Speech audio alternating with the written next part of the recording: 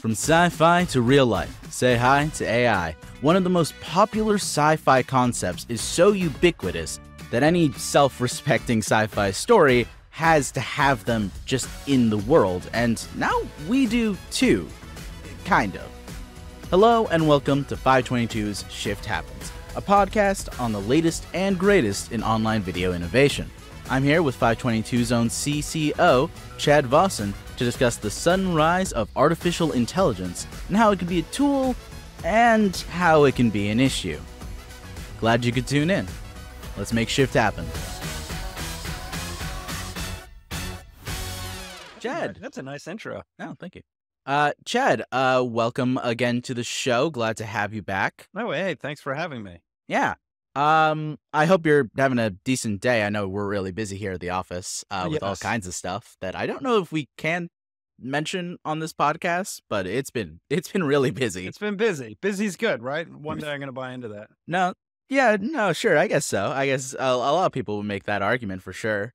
Busy's made our lives certainly something. So, Chad, tell me about how we've been discussing using AI to make our lives a little easier here at 522 with all these projects. There's a whole bunch of different tools that we can use as creative storytellers that help just alleviate a lot of those mundane tasks or silly tasks. Everything from being able to, use a program like Descript where we can automatically get transcripts, and then we can edit those transcripts and then bring it into Premiere, and then it can cut out a whole bunch of, audio clips. We can do paper edits so easily with that. There's a lot of things. There's a lot of really cool, unique tools that can just make our lives a lot easier as individual storytellers. Hell yeah. No, absolutely. I've been really excited with all this sort of AI sort of stuff. There's a lot of Descript is definitely one of my favorite. It is the one that I've been using probably the most. It has the ability to take audio files and some video files and essentially create an automatic sort of transcript just using the sort of waveform, essentially. It's like magic, basically. I do not understand how any of it works. But then again, I don't really understand how we use our ears to turn waves into understandable noise. So frankly, it's all sort of nonsense I don't understand. It all feels like magic a little bit to me, but it's all very interesting. I remember Kyle Finnegan, our creative director here at 522, has been sort of looking to utilize some AI stuff for or organizational purposes, taking our files that we get from shoots and organizing them automatically, making that way faster and easier, which is really useful on, say, a shoot that we have upcoming where you're going to do 20 interviews? Yeah, 20 interviews. And staying on top of all of those clips as well as the B-roll clips of each of those individuals. We're going to have 4 crews running around, 2 video, 2 photography. So staying on top of managing all of those assets is just going to be, it's going to be a thing. It's going to be a challenge. Yep, absolutely. And hopefully with the power of sort of media sort of organization AI like Kyle was talking about, I mean, there's all kinds of stuff we could do. And then there's other sort of AI tools that we haven't really messed around with really here at 522. Obviously, there's image generative sort of AI like Midjourney, that allows you to type in a prompt and then it creates some sort of art piece based off of that. That's interesting stuff. I've definitely played around with that in my time. There's ChatGPT, which is one that I think we've played around with a lot here at the office, especially being able to type in a prompt and then it gives you something, whatever you ask for, basically, to a certain amounts of limitations, obviously. And that's pretty interesting. Let's talk about ChatGPT actually for a minute, because I think we've discussed that usefulness in sort of copywriting, something that we do a lot here, obviously, with our jobs and stuff. Yeah, no, I mean, ChatGPT is extremely helpful and powerful to just lay a foundation, whether it be in writing a script or drafting a blog or, even like, hey, I've got this type of shoot with, this type of environment and help me develop a shot list. And it's really just helpful tool that you can use to just, again, get that foundation, and then you bring your, expertise to it and, augment what it provides back to you. You can get draft scripts, you can get story outlines. Like it's terrifying how good it is already, because it's really only been, hit the market and been out, it's been out for a while, but like, people are really starting to use it maybe over the last year or so. And it's insane how good it can be. It is. It's crazy. And a little scary. But I think it is. I think it's been useful to me as sort of a storyteller. Definitely, I've used it to like prompt my sort of creative decision making Mhm. and stuff like that. For sure, like you're mentioning. I think AI in general has a lot of sort of powerful sort of capabilities. I think it's definitely one of the more interesting things that has sort of popped up on the market. I think in the last like couple of years, I'd make the argument that AI is always since like the dawn of the internet. There's been like people attempting to create sort of AI-esque sort of things like chatbots that sort of attempts to make a sort of pseudo AI by like responding to your sort of questions and prompts and things like that. And there's always been those sort of attempts, stuff like Siri that are sort of trying to sort of rush into sort of a pseudo AI territory for a while now. But this is the first time where we've seen truly interesting AI that feels very generative. It doesn't feel like it requires a sort of uh, pre-placed in sort of programmed sort of responses and ways to respond and things like that, and No, feels coherent. yeah, no, it truly has evolved. And, uh, it's terrifying how good it can be, and the fact that, it's pulling from, well, ChatGPT is obviously limited to what, content development by 2021 or something like that. Right. So, but there's still a lot of content that it can pull from, a lot of source material that it can use. And how it's able to just, think is terrifying, in Yeah. terms of how well it can, it understands the sort of the rules and, storytelling basics and foundations, and it's able to apply that and pull various bits of information and, craft that story on whatever that subject is. We're saying, it does these amazing things. Obviously, there are limitations. Obviously, there are things that ChatGPT can only kind of do. You're right. You ask it to tell you. A good example is when we've been playing around here at the office. A lot of times we like to ask it to tell us a little bit of a silly story. And it does have a tendency to use templates, is what I've noticed. Hmm. For a lot of specific stuff. If it has it, it'll use a template. If you ask it to write a different story with a vaguely similar thing, it will use a vague sort of template to try and bring it to the location, some sort of basic thing. So, there are obviously some limitations that it has. It can't do everything, but it is rapidly becoming able to do a lot of things. And that's, I think, what's very interesting and also scary, as we keep saying.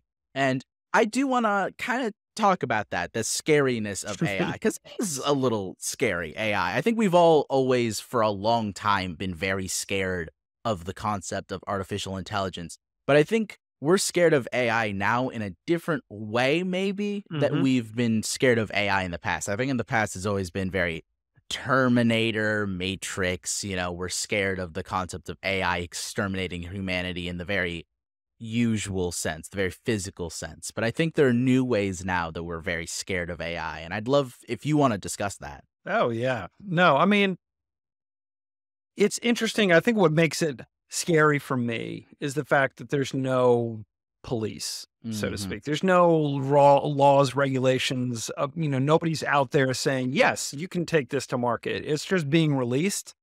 And an interesting analogy I heard, it's kind of like, if you're going to, fly an aircraft, there's the FAA that oversits. It comes up with raw laws and regulations and all these different things that it's put in place where, hey, you want to take this plane and you want to go from A to B.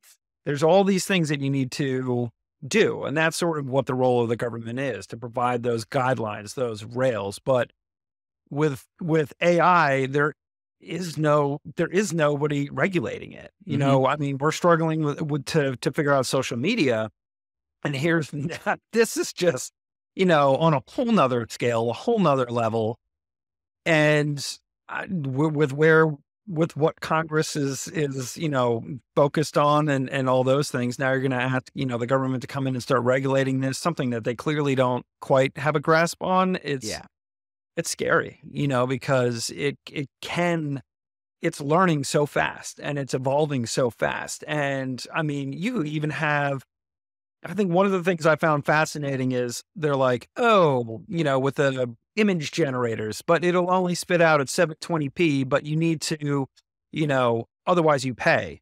Right. Well, then you just take it to another AI tool that can write up to 4K and boom, you're done. So it's like AI is already defeating itself in that regard. It is curious that like the way AI is sort of coming into prominence now is really interesting, I think, because you're right, there is no regulation for it in the same way that as far as regulation for social media is concerned, governments are really just catching up and just being able to go like, whoa, wait, hold on, we've been allowing this for how long? Mhm. And this is what it's doing to society. And that's like, it is when you think about it, I don't think we recognize for a minute the scale of how quickly things are. Like sometimes we like, and I think rightfully so, shit on how slow the government can be in responding to like technologies. But like 2 decades ago, social media was almost non-existent in the state that it currently is now. Yeah. Yeah. There were like forum rooms, which were, Mhm. maybe something that also needed to be regulated. I wasn't alive. I don't know what to tell you. But like, they were definitely different than now we have to deal with social media today,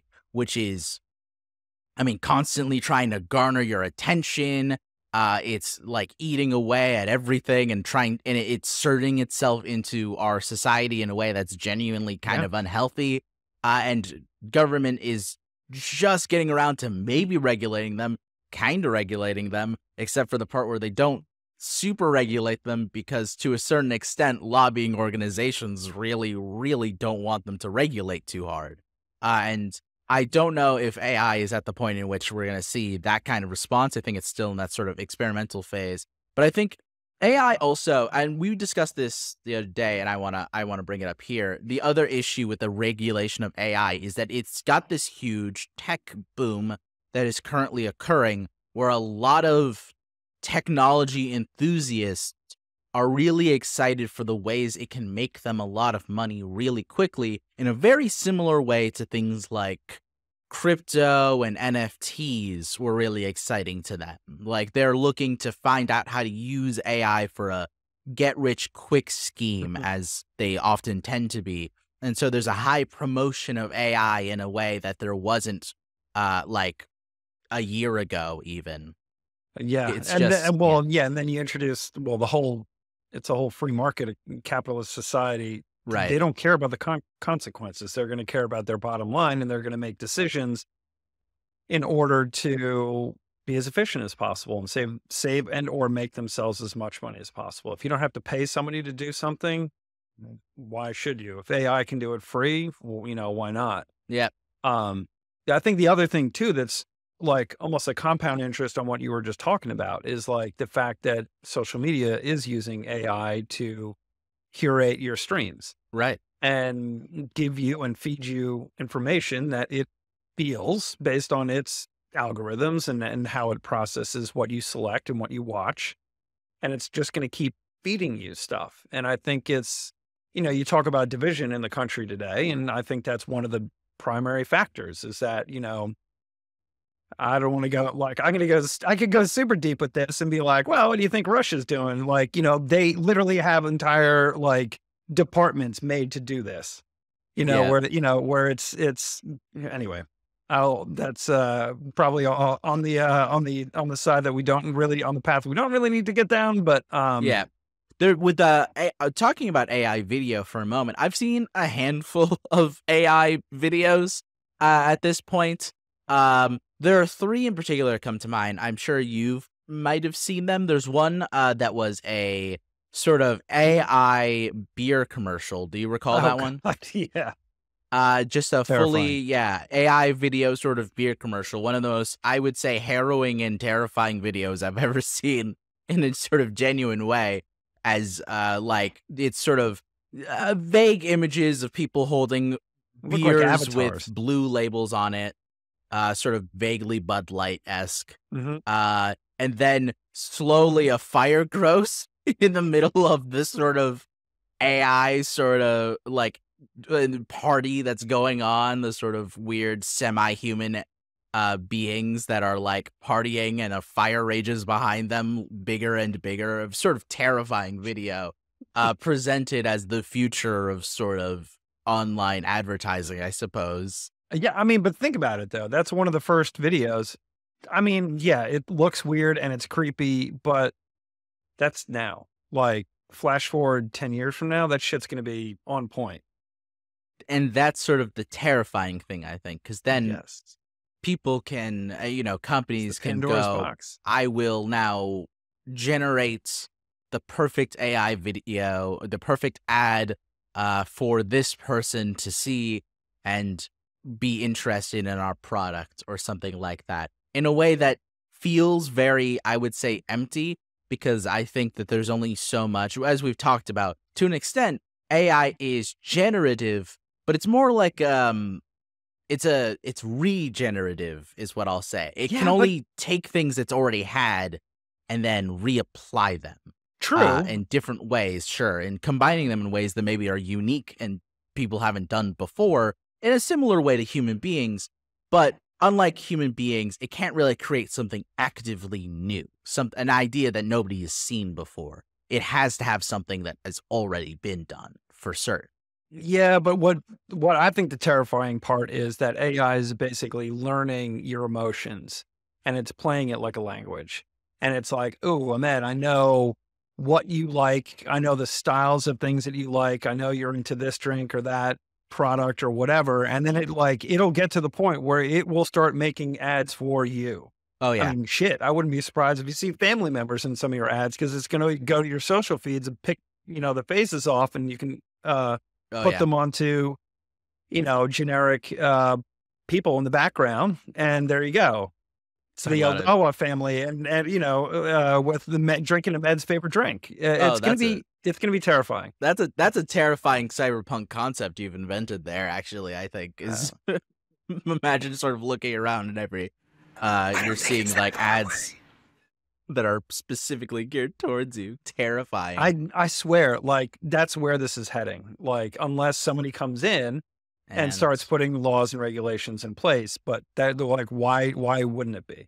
What's to yeah. prevent me if some if I'm shilling some drink and what's to prevent me? No, I have access. It's all public to your personal information, your friends and families. And, if I know you like X or Y, why can't I put them on your, why can't I create a commercial that has your entire family celebrating whatever it is with the product I'm trying to sell?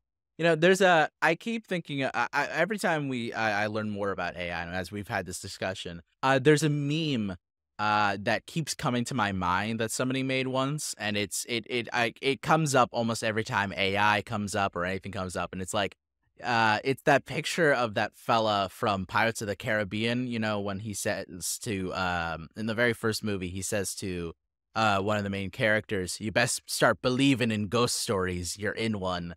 And somebody edited that meme to say, "You best start believing in cyberpunk dystopias. You're in one."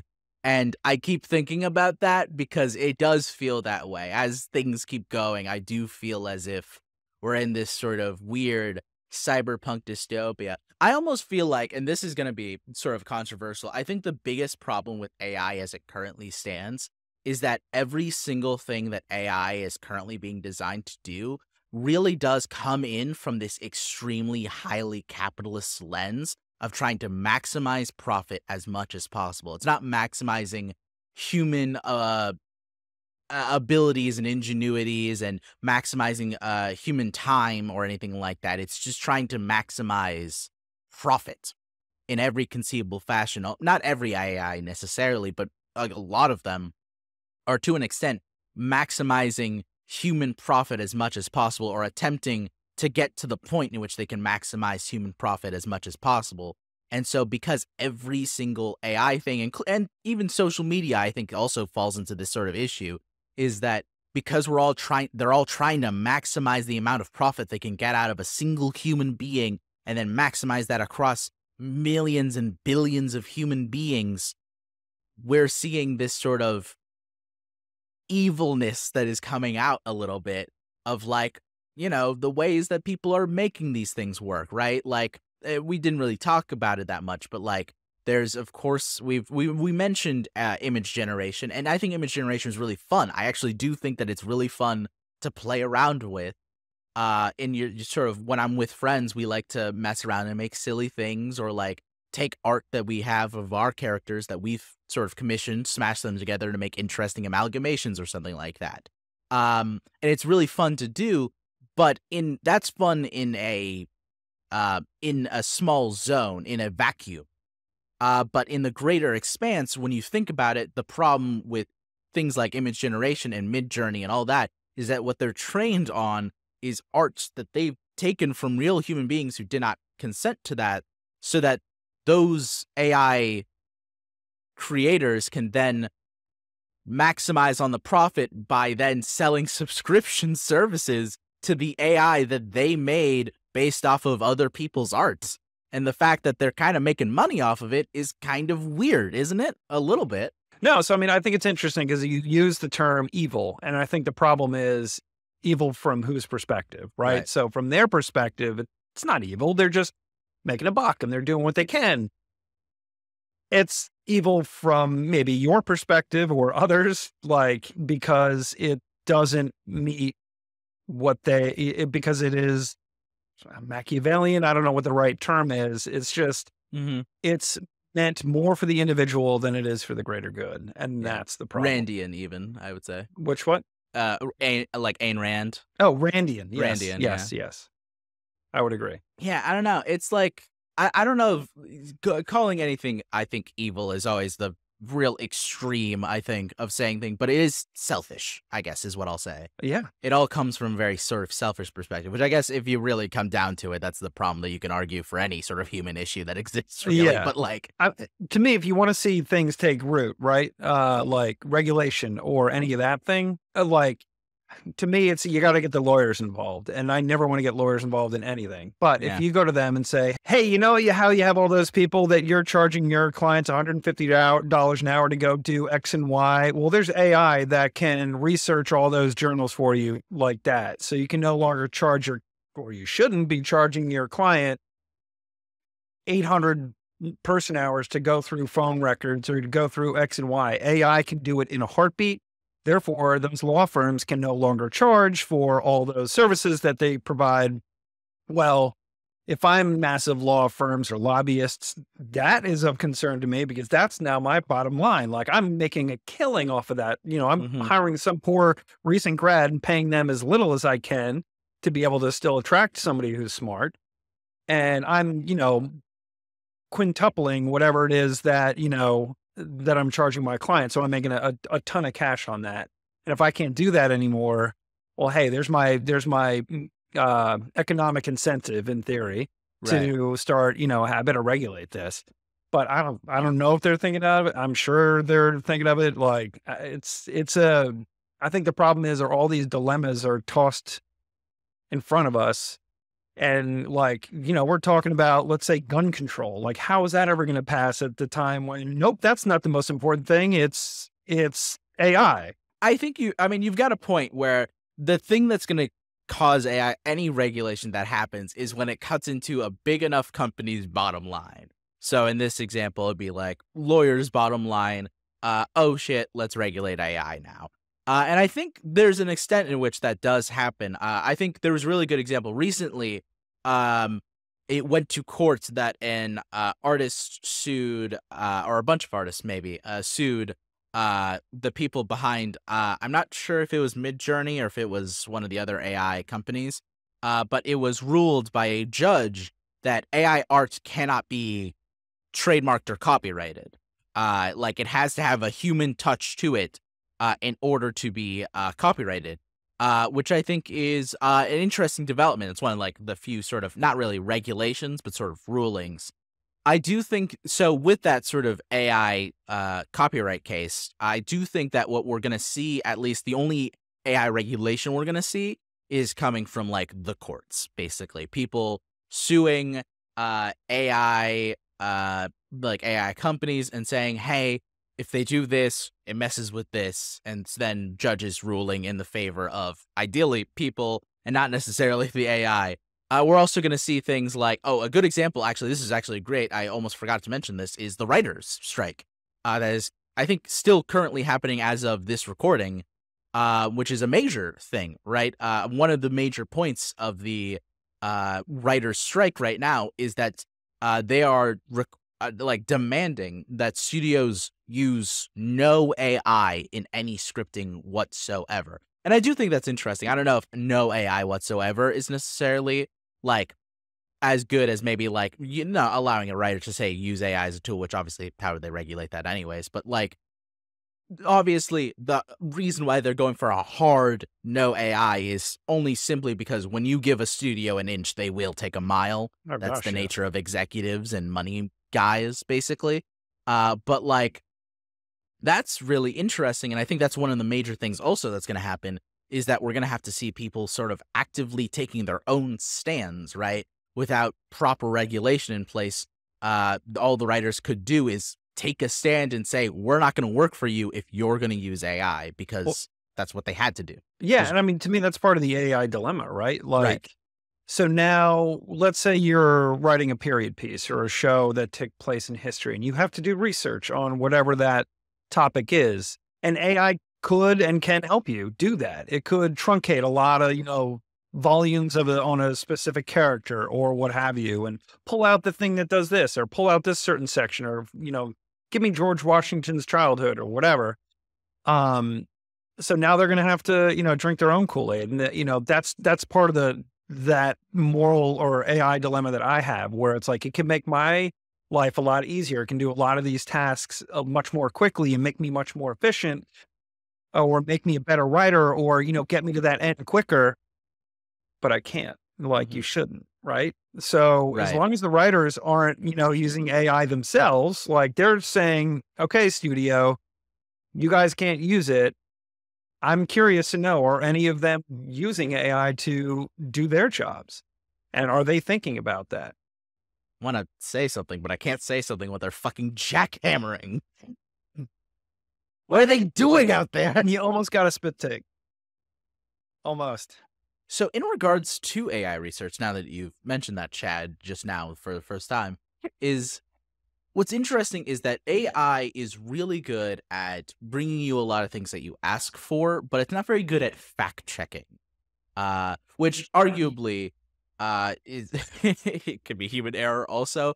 But with AI, it'll present you things and sort of as fact a little bit, and it does take a little bit of a critical eye to go, let me double check this and make sure that it isn't a little bit off. Because I've seen countless examples of somebody asking AI for something and then getting the wrong answer entirely, or just not what they asked for. Yeah, no, I that's 100% true, but I feel like that's with anything, right? I mean, I remember like when I was a kid, like professors used to like not welcome you using the internet. They'd be like, "Ah, the internet, that's full of like lies and poppycock or whatever."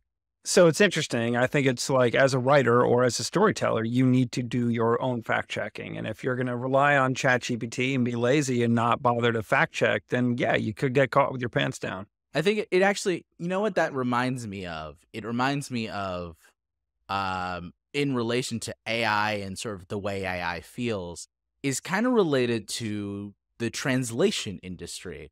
I'm sure you're aware, and some people in our audience might even be aware that when stuff like Google Translate came out and like just blew away like hundreds of transcriptions companies, like hundreds of transcriptors were basically like people who were translating things and doing, taking things from one language and translating them into a different language, were completely out of jobs at that point as companies started turning to things like Google Translate and assuming that they could do the job just as good as a human being could.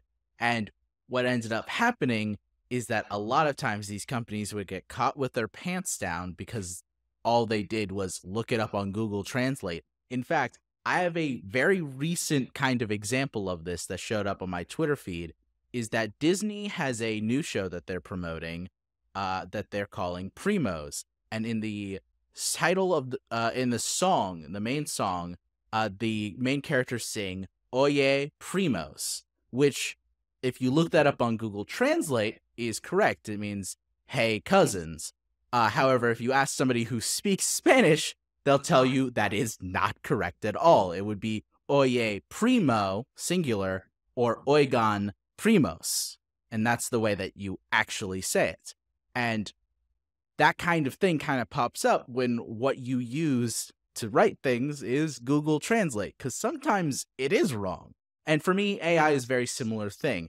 AI could be a really powerful tool for looking up things and getting your research, but AI isn't at the point where we can just rely on AI to accomplish things. And I think that's where we're currently at, is this weird danger field where people are assuming you can rely on AI a little harder than you should be relying on AI right now. I think that's where I sometimes find myself struggling with AI stuff. Yeah, no, I mean, you're not wrong. Like, I think it's interesting. I remember we used to hire, gosh, I forget their name now, but a teleprompter company. The guy would come with a teleprompter and his whole thing, he was lugging up the stairs and, wherever we had to get him. And he would set up this whole thing. It was, like 15 minutes. It took him to break out all these bitsy bobs. And I mean, they're gone. And it's Yep. interesting to me, like you see that whole like industry is gone. Like the iPad came along and, iPad prompters, and we haven't used them since. But that whole business just went up. DC prompters, I think that was them. That whole business just went like kaput, but that's just like one small one. I think that's the thing that's scary to me with AI is like, okay, now you have voiceover artists, Right. and that, I mean, we work with a lot of good ones Yeah. and that's terrifying. And the fact that you can just like clone Morgan Freeman's voice and now all those conversations I've had in the past where I was jokingly, could you just get us Morgan Freeman? No, that's hilarious. Hadn't heard that before. Well, now you can. Yep. And that's crazy. And the fact that, I can't tell you how many times on set they'd be like, oh, you can get rid of this blemish or you can get rid of this. Yes, we can. Right. Like we used to have to be like, oh my gosh, well, that would take 3.5 weeks of, motion tracking and rendering and like, no, you can't. You can like, and you could do it in this system, snap of a button or a Yep. finger, either one, whatever you snap, you could do it. You snap buttons. Oh yeah. Snap buttons. It is interesting. It's like, yeah, you're right. Like VO artists, a lot of people are like in the, voiceover industry are definitely a little like perturbed because while again, and I don't know that AI will replace all voiceover talent, but like definitely things like just like a brand sort of VO thing where they're like, "Oh, this is our new brand," like a rebranding video or like some basic introductory stuff. Why wouldn't they use AI? It's not Yeah. bad. You can tell that it's AI a good number of the time, but like that doesn't necessarily mean that it's not that it's unintelligible. It's perfectly legible stuff. It's cheaper than hiring a VO artist. It's one of those things where it's like it's pretty dangerous for a lot of people who do VO for at least a living for a good number of them. Yeah, I mean, the problem is you put that in the position of a company that has shareholders like Hmm. Discovery, who mass produces dozens upon dozens upon dozens upon dozens of shows, which all have episodes, and you got to pay different voiceover artists. And, Hmm. when you get that many people involved, there's never any changes. So it's pretty quick to make a change. Or not, or like if you just go in there and you just go tippity toop doop, have this person say this word instead of that, Yep. done. But like, otherwise it's, call up the VO artist and bring him in and whatnot. And that's terrifying. You Mhm. know, they're like, for me anyway, like I love that interaction. I love the ideas that sort of go back and forth. And what if I read it this way? And what if I do it that way? Like, Yep.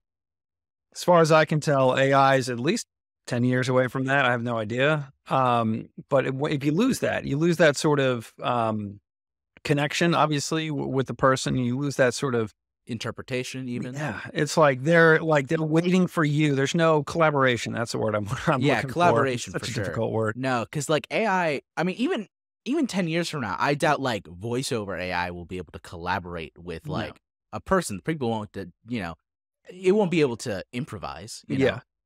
in the way that like a VO artist can go like, this line doesn't sound the way that I think you wanted it to sound Yeah. when Well, reading out loud. Let me try saying it this way, or let me say this instead. And they'll improvise on the fly. And instead, what will be required is it will require the person who's typing it out to think of something different, which isn't necessarily the case sometimes. Sometimes you need somebody to be there and like bounce ideas off of. And it's reducing the amount of people who get to sort of get their hands on something when you use AI for these kinds of things. yeah. I mean, we just watched Indiana Jones and Raiders of the Lost Ark this weekend with the Uh, girls, and Great movie. yeah. And that scene that where, Indy's in the bazaar and there's that guy and he does this whole sword thing. Oh, And yeah. that was an improv scene where Harrison Ford's like, I have a gun. I would just shoot this guy. There was a whole elaborate sword fight like that they had drawn out. Wait, And really? Harrison Ford's like, that's dumb. How about it? Well, I'm sure he didn't say it was dumb, but he's like, I have a gun. How about I just shoot him? And Spielberg's like, yeah, that sounds great. That's so And they funny, actually. yeah, I mean, you would not get that, at least as far as I know, with AI. There's no Not at all. collaboration. There's none of those little moments, that happen. And, we've worked with dozens, hundreds really of Mhm. great VO artists that there is the collaboration. Like, I wouldn't say it that way, or that's not how you pronounce the word, or Yeah, call me on my bullshit. They do their fact checking. And, absolutely. that would be a concern to me that would just go away. And not to mention the fact, I mean, even like with you pronouncing things, I mean, could you imagine like trying to replace VO artists for like different languages? Like that, I mean, at this point, we often like get copyrights that like they send us the copyright for something and then they're like, it'll be in Spanish, but like, I don't think anyone here at our company currently is like fluent in Spanish. So we're kind of relying on a VR artist to know better than we do Yeah. about that. And imagine if we had to use AI instead, and AI can't fact check pronunciation or grammar usage or anything like that. Yeah. No, I mean, it's critical. And, I again, it's to me, it's that loss of, to me, every project that Hmm. I've been a part of has always been a collaboration, and like the individual perspectives have always made it better. And there isn't, at least I don't see it with AI. It's waiting for that instruction. It's waiting for you to give it a command or just do a thing, Hmm. and you input said thing. And if I'm the only one who's responsible for coming up with the ideas and thinking about this and that and whatnot, Right. it's not going to be as good a product. Like, I don't care who you are. Like, there's other opinions and perspectives. If you're smart, you listen to them, and Absolutely. you make a better product that way. No, absolutely. I think I mean, that's the joy of creation, right? That's the joy of what we do here. That's the fun that we have. I don't think any of us here would have fun if we had to just do it on our own. I think part of the fun is that we get to work with the people we work with our Todd Burgers and our, Mhm. and and Megan McBrides and all of our sort of fun collaborators here, from freelancer to people who actually work here at 522. It's, the people all together that make it super fun to do this job. And so replacing the people with AI never really, I don't know, speaks to me as an interesting idea. No. I mean, and we're, obviously, owning the company. Like, it's terrifying to me too. Like, Hmm. we do a lot of interviews, as well. And there's AI out there. If you kind of get different tools working together, I could just be like, send me a 20-minute conversation that this person had, or have this person read off this script for 20 minutes and send me a photo. And we could create essentially a talking head interview and not bother this person and just give them, put words in their mouth, type it out, have the AI say, whatever it is that we want this person to say. And we can have their face, doing the kind of weird, awkward, blinky thing, but give that a couple of years, it'll be fine. Yeah, no, That, terrifying. yeah, That is that's, actively actively cyberpunk dystopia stuff right there. The just the imagination of someone signing off their face basically for corporate usage does sound a little dire, doesn't it? yeah. Um, Oh, isn't that what, what's her name from The Mandalorian did? She, what's her name? I haven't seen that show. Yeah. There's an Sorry. actress who like literally signed off her likeness. Wait, Like, really? yeah, for To the just for the use. character of, now her name escapes me. Oh, you know what? I But think not Kylo Ren, Bo-Katan. Bo-Katan. Oh, Yeah, really? there's a She yeah. signed off for likeness and everything. I believe she basically was like, "Have at it, Disney."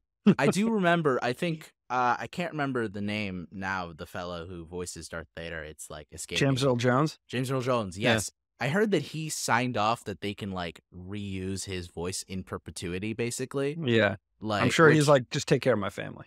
yeah, which I yeah, which I guess to a certain extent, I can see somebody being like, yeah, well, whatever.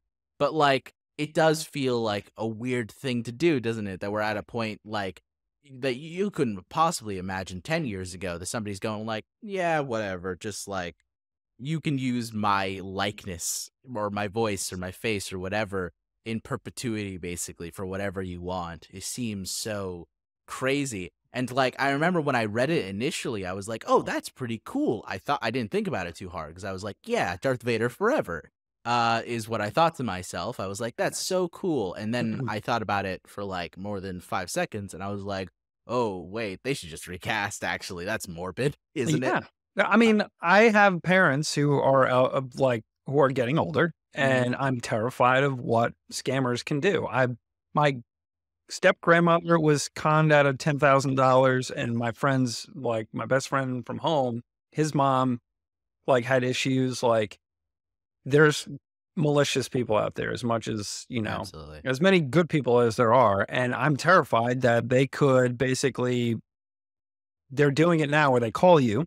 Mm-hmm. They can get 3 seconds of your voice and make it close enough where they can call my parents using, like, if I'm like, "Hello, who is this? What? Sorry." That's all they need. They can call my parents with my voice and say, you know, "Dad, I'm in jail. I need $50,000. Get me out." Or I'm like, Yeah. whatever cockamamie thing they do. And like, I mean, the thing is, I would fall for it too. I'm not even saying it's because they're old. They're just like not aware of these different technologies Right. yet. They don't even know to like be worried about that. Yeah, yeah. I mean, they'd be like, "Did you call?" That kind of Hmm. thing. Or, obviously next time I saw them, there'd be an interesting conversation. But like that type of thing scares me. Oh And yeah. then I'm thinking of like, I have a 12-year-old and a 10-year-old now, and like, what the hell are they growing up in? Like, and I mean, Oh, maybe it's dude. going to be better because it's normal to them and they grow up with it. I think every generation is terrified of what the generation did before, but like, I mean, we're hitting an acceleration level that is just, we can't keep Yeah. up with it. Like, It's I- weird though. I think. I mean, it's tough because I think it's right to be scared. I think people weren't terrified enough of like social media. I think we often heard like, oh, social media is not very good for kids, but I don't think anybody fully grasped it until kids start like grew up, became adults who grew on social media, and then went, oh, this was bad. This was bad. We shouldn't have had this. yeah. Well, I And mean, the first generation's growing up now, right? yeah. I mean, I would say Gen Z is like a generation that really grew up with social media as a prominent aspect of our lives, right? I grew up and there was already like Facebook was already a big thing.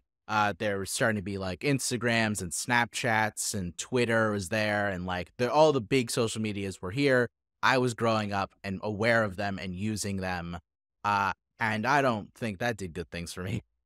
I don't think I don't think that does great things for me. Here I am recording a podcast right now, so clearly an example of terrible judgment. Uh, Yeah. but Speaking here's your 20 minutes of my voice. it's tough and terrifying. I think I do and again, I'll reiterate back to the point. I really do hope that we see people's like our even local or state governments starting to go, wait, we can't let this just fly just like this. We have to Hmm. do something. Like even just state governments going like regulating like the way that AI is developing and just saying hard stop right now. You guys got to figure out some ethical stuff here before you continue. Like we Well, got to yeah, set down like ethical boundaries and like figure out obviously a lot of people will make the argument that just because you set ethical stuff and you set laws doesn't mean that every person who's doing it will follow those laws. But yeah, that's not, I mean, if we did that, then we'd have no laws, you know what I'm yeah. saying? Well, So I mean, that's, laws are a construct, right? Like, yeah. technically speaking, like you could go out and kill somebody, and it's the law. Like, there's no. It's laws. It's things that we've written. It's that language we put down that says you can't do that. But like Right. flashback, 1,000 years or whatever, you could probably get away with it without a problem, Yeah. unless you were, But I think that's the crazy part about it. And I mean, with like you think about the drug industry, right? Like Hmm. there's trials. I think it's okay if I wouldn't say like hard stop, everybody quit what you're doing.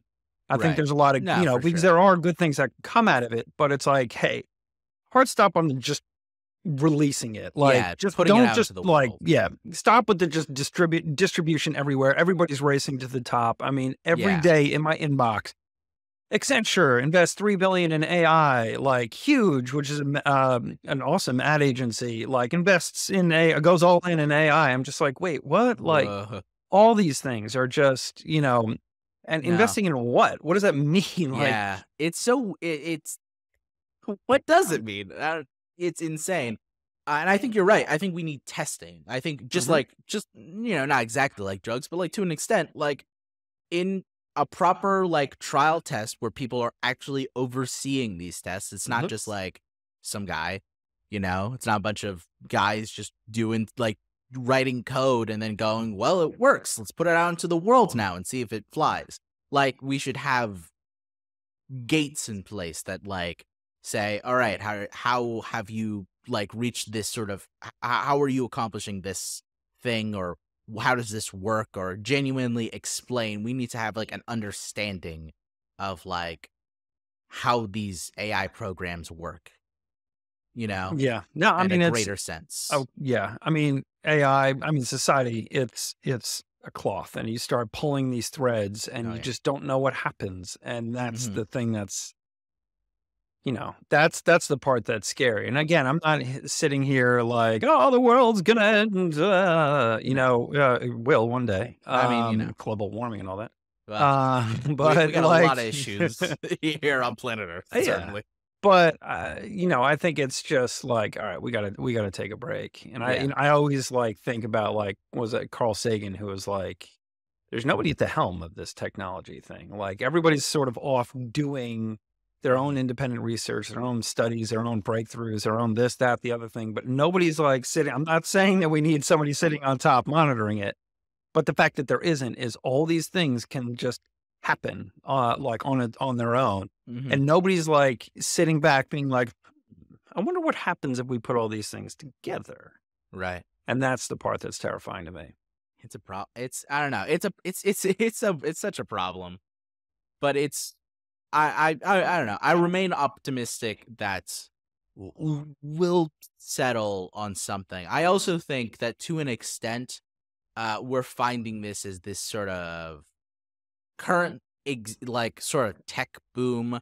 I've called it a trend before, where there's a tendency amongst the tech market to find a new darling, and they have a tendency to move on, and then things mellow out. To me, VR before it was before it was AI, it was I would say NFTs, and before it was NFTs, it was virtual reality, and all those things, in some cases like NFTs, they kind of crash and burn as everybody goes, no, these are worthless, actually. These are worthless. And in some cases, they just mellow out. Like I would argue, VR is really just mellowed out to being its own thing and not like the new big thing that's going to replace everything that you've ever owned ever all the time. Um, And I think AI is going to eventually, I hope, mellow out, because I don't think it's going to replace the way we want to do things. Already we see testing. I see Google attempting to do AI searches instead of just like their regular Google searches, which were already getting more garbage every single day. So I don't know why they thought introducing an AI into it would work. But Yeah. already we're seeing sort of problems with that Google AI concept. One, because for the most part, it basically takes the Google searches that you see below it and just steals them and then posts them in a little orange box, Yeah. basically, for you to read, which is its own problem of just like, I already see Google getting sued for that, like for actively just taking things from the articles below it and then putting it up there. Yeah. Like, how are they not going to get sued for that? Yeah. For plagiarism?